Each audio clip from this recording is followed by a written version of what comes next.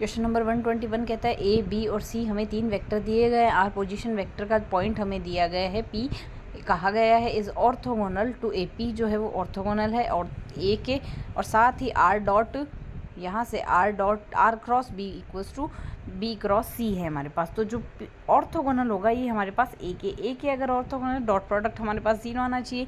तो अगर first option से देखें ये आर जो वेक्टर बनेगा ये ऑर्थोगोनल हो रहा है हमारे पास यहाँ से ए के, तो ए के ऑर्थोगोनल आ रहा है। इनमें से कोई सा भी ऑप्शन जो मैच होगा A dot R equals to 0 आएगा। फर्स्ट ऑप्शन में देखें तो 1 + 4 - 3 यहाँ 0 बन रहा है, this can be option.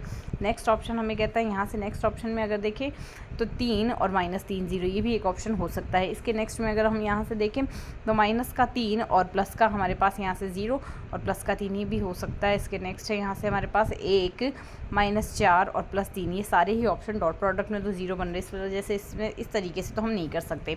B cross सी हम निकाल लेते हैं। बी क्रॉस सी अगर हम यहाँ से निकालेंगे तो हमारे पास आई जे के की फॉर्मेट सारणी के रूप में लिखेंगे। आई + j + k लिख दिया। अब हम जानते हैं आई क्रॉस जे का मान k होता है और j क्रॉस आई का मान k होता है माइनस में। तो अगर बी सदिश हम यहाँ से लिखते हैं और आर हम 1 बाई 1 ऑप्शन से चेक करते हैं, तो 1 बाई 1 ऑप्शन से अगर चेक करेंगे आर क्रॉस बी में हम यहाँ से अगर सॉल्व करके देखें तो पहले -i आ रहा है और हमारे पास जो वैल्यू आ रही है आई आ रही है, तो फोर्थ ऑप्शन तो हमारे पास करेक्ट नहीं होगा। इसी तरीके से सेकंड ऑप्शन में हम सीधा ही रख के देख लेते हैं ना, हमें क्या निकालना है आर क्रॉस बी। तो आर को अगर हम यहाँ से बी से गुणा करते हैं तो आर क्रॉस बी अगर लिखना है तो आई को हम इसको हमने उल्टा कर दिया, लाइक बी क्रॉस आर अगर करते हैं तो पहले आई के गुणांक को हम यहाँ से जे के गुणांक से करें तो के का गुणांक हमें मिल जाएगा। तो पहला तो एलिमेंट आ गया 0 और इसके आई के गुणांक को अगर इसके जे के गुणांक से करेंगे तो माइनस क्या आएगा हमारे पास, ब्रैकेट के बाहर माइनस लगा तो 9 के या -9 के आएगा। इस वजह से सेकंड और थर्ड ऑप्शन तो वैसे डिस्कार्ड हो गए। तो फिर फर्स्ट ऑप्शन बचा। फर्स्ट ऑप्शन को अगर आप सारणी के फॉर्मेट में लिख के देखते हैं तो हमारे पास यहाँ से ये ऑप्शन करेक्ट बन जाएगा। नेक्स्ट क्वेश्चन हमें कहता है यहाँ से हमारे पास n > = 0 है। इंटीग्रेशन a से b इंटीग्रेशन a से y - x fx dx dy की जो वैल्यू है वो हमारे पास यहाँ से किसके बराबर आएगी।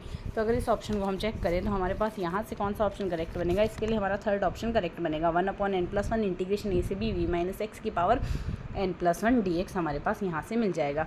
नेक्स्ट क्वेश्चन कहता है 4 समदूरस्थ बिंदु u-1, u0, u1 और u2 के लिए लैग्रेंज सूत्र का एक मान ux के अंतर्वेशन किया जाने पर उसे निम्न प्रकार से लिखा जा सकता है। इसे हम निम्न प्रकार से लिख रहे हैं तो इसके केस में इफ़ यहाँ से हमें y और x की कंडीशन बतानी कौन सी करेक्ट होगी। अगर लैग्रेंज अंतर्वेशन सूत्र इस तरीके से लिखा जा रहा है तो हमारे पास यहाँ से करेक्ट ऑप्शन बनेगा पहला y = 1 - x है, y = 1 - x हमारे पास होता है।